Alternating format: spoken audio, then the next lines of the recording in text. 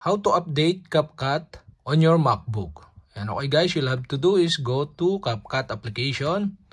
Here in CapCut application, you'll have to do is go to gear icon on the upper right side on your screen. Okay, click this and you can see if the CapCut is available to update.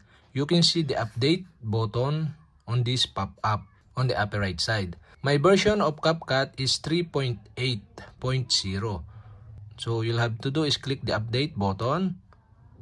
And the pop-up are show. Now you can see the new version of CapCut, the version 4.1.0, and you can see here the difference between this 3.8 versus 4.10 of CapCut application. So there are pick some known issue or several pre-install realistic AI generated, okay, and etc. So okay guys, you'll have to do to install the new update is click the install now button on this pop-up.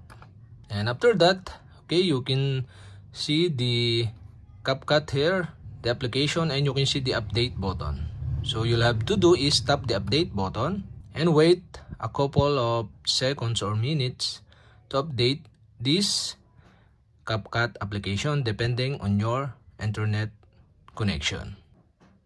And okay guys, that's it. We have successfully installed the CapCut application. So you can see the button is now open. You can open the app by clicking the open button here, or you can go to CapCut application. And okay guys, that's it. As you can see, the version of my CapCut is now 4.1.0.